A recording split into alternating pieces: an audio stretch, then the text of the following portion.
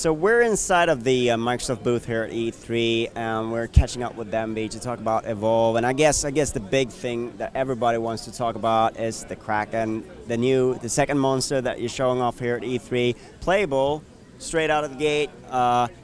Seems like there might be one or two H.P. Lovecraft fans at the studio. Is that correct? Yeah, he's definitely inspired by Cthulhu. Yeah.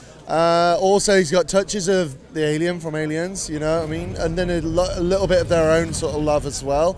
But yeah, the character artist there, Brandon, was just like to me, he's like, yeah, very much inspired by Cthulhu and the Geiger stuff as well. So but I think he's very, very cool, you know? He's very unique, very, very different as well from Goliath, which is, that's the thing we're really excited about, the variety that this monster brings. Yeah, I feel that's what I saw from it. Like straight away, this is something complete. This is a different gameplay. Is that sort of the tact that you're taking with the monsters, that each of them should bring, rather than maybe having a huge number, have ones that are really unique experience compared to the others? Absolutely, yeah. No, every monster is lovingly sort of crafted with that in mind. You know, we've had the big hulking Goliath, who's very much a physically based monster, and now we have Kraken, who is a flying monster and much weaker, but able to deal, as we like to describe, death from above. So it's a very different thing. But the same is true of the hunters as well. The hunters, each hunter character offers a very different and unique experience. Now, whilst you're playing as maybe an assault character and different assault characters, they play quite vastly differently. Ultimately, yes, you're still the guy who's going to deal damage, but the way that you do it is different. And so the same is true with any of the characters in the game, the characters and the monsters. Every single one offers a unique experience and a lot of variety, which is really exciting to us. Yeah, I think the one that really struck me was the robot one, the bucket, is it? Bucket.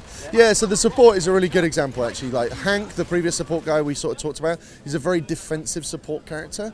He actually, so he supports the team in a defensive way.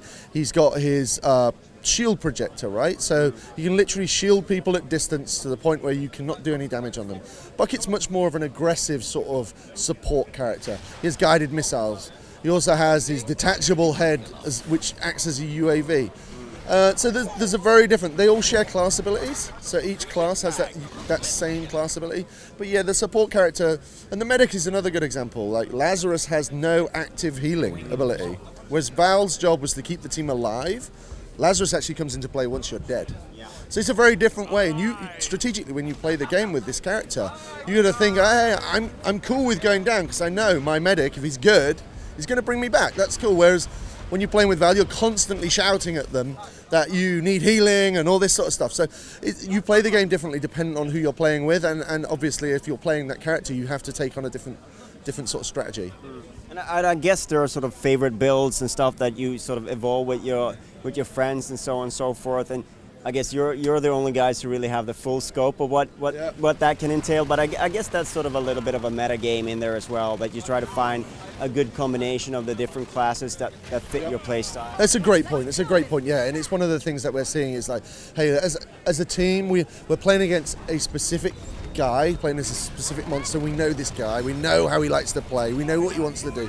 So we might choose a very defensive sort of team, and our strategy might change. We might choose to take Markov, say, who can have mines. We might choose to take Maggie, who then can put harpoon traps down, and then take Bucket, who's also got sentry guns, to just create a massive ambush sort of trap for the monster. So again, yeah, that's where it gets really interesting. Once you start, there's no sort of limit on how you combine these characters. Yes, we've announced them sort of in sort of groups of 4, but you combine them as much as you want, and that's really cool. That's when we start seeing people making up strategies we can ever think of and combining together and working together, and it's really exciting. That stuff's really exciting. And like you say, we are very fortunate as we're working on the game. We see a lot of stuff. We see a lot of stuff before you guys, but all in good time. And every time we unleash something new, we're really excited by the way it's received. It's cool. So you mentioned a little bit how differently Kraken plays. How does that play into sort of his objectives and stuff? Is that also part of it, or will the monster have the same sort of objectives on the map or in a mission, or will they have a sort of slightly different thing? The objectives and stuff like that, your goal is that's controlled more by the map and the mode that you're playing. We've announced that there's going to be over 12 maps when we launch, and then there's a bunch of modes that we're not really talking about yet. There's a bunch of stuff to sort of announce all in good time. But as the monster, that depends on yeah, no, so it depends specifically on the modes, but as the monster, you got to take a different approach. You've got to kind of approach your way, how you kind of like approach attacking the team. You know what I mean? Playing as Goliath, you want that scrum. You want to get in there, get dirty, you want to get real close and up close, and you'll literally play as a team and you'll see them flying around trying to just stay out his way, because once he gets close he's going to just absolutely destroy you. Whereas the Kraken's the complete opposite. He wants distance away from you, he wants to be in the air.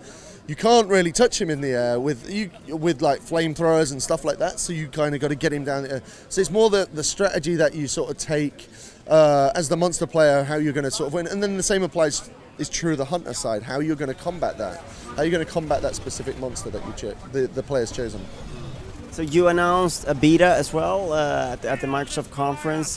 What's the thing that you're looking for from that? Is that purely going to be a stress test, or are you looking for any sort of feedback from that, or what's the idea? Yeah, so we announced the open beta exclusive on Xbox One prior to launch, which is really exciting, and I think it's a combination of the two things you suggest. Obviously, we have a huge back-end system, dedicated servers and statistics and stuff like that, and we want to make sure that's right before launch. So that's one of the goals straight out of the gate. You know, no one wants to launch this thing and it not to work. So that's one of the things. But we're always looking for data. We're looking, when you guys are playing the game at shows like this, we're looking at the data, we're seeing what people do, and we're always making balance and tweaks and that. So I think there'll be a lot that we can learn when the beta goes live, and I'm really excited by the things that we can do to sort of like tweak dials and twist knobs and stuff like that.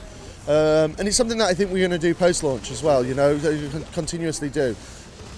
Balance and that refined sort of balanced experience is really, really important to us, and it's really important to a game like Evolve. Something we're committed to sort of doing way up to launch and then beyond. So I think the open beta allows us to do that prior to launch. We're doing already a lot of focus testing and stuff like that, but you can never have too much data in that respect. So yeah, so you're right, you're absolutely right. Both of those goals are very prevalent with doing an open beta like that. Yeah, I would imagine that matchmaking is a little bit of an uncharted territory as well, something that you have to try out, just because, you know, you're going to have players who just want to play as a monster, teams of hunters who want to stay together, play as that. So you got to sort of cater to all of those things and make sure that there's always someone to play against, because maybe there's going to be more players who want to be monsters or more players who want to be hunters. You don't really know how yep. Sure, and our matchmaking system works on, there's two levels to it. So there's your rank. Yeah. Your rank is calculated by the amount of time you've invested, the amount you've won, and that sort of stuff, and we have some pretty elaborate sort of amalgamation of that stuff. If you're playing for 15 hours and you win all your games, you're going to be ranked 50, whereas if I play for 15 hours, I lose all my games, I'm probably going to be ranked 3.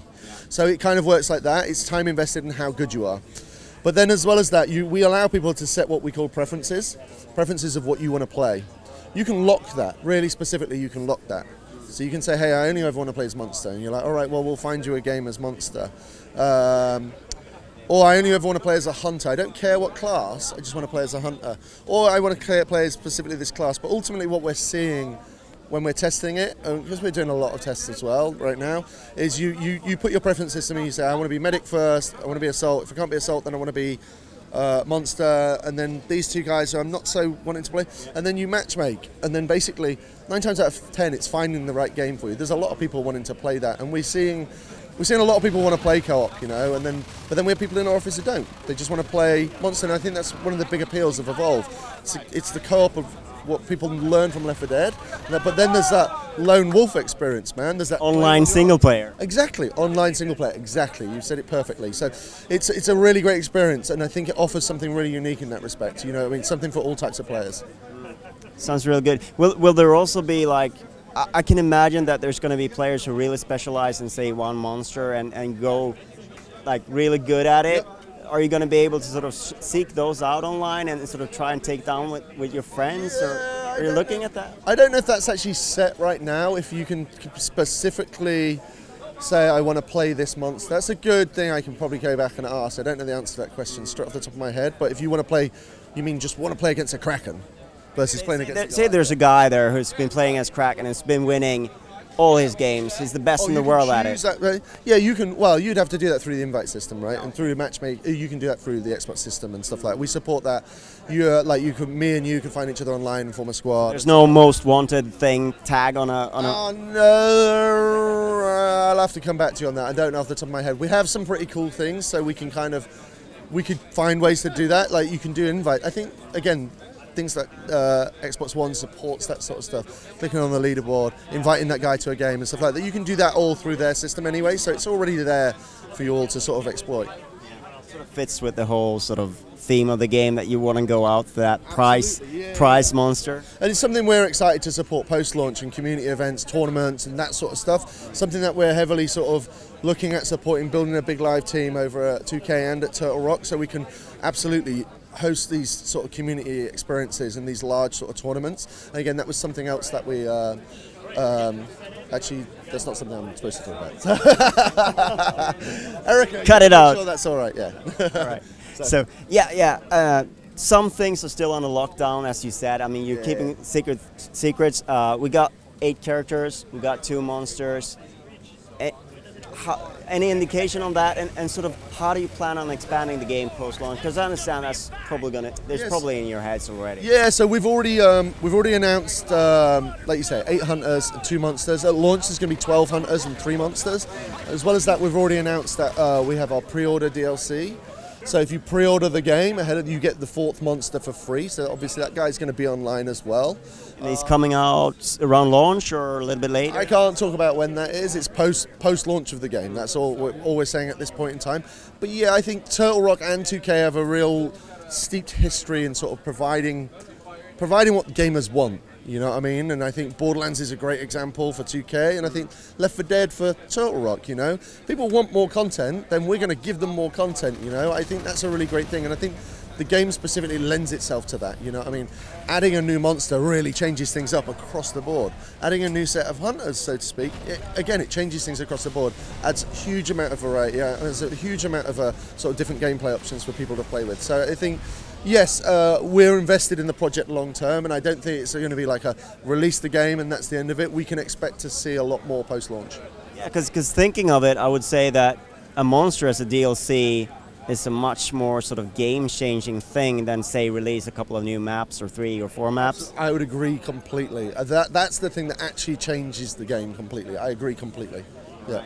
October 21st? October 21st, Xbox One, PS4, and PC. All right. Thank you very much for your time. Thank you. Cheers.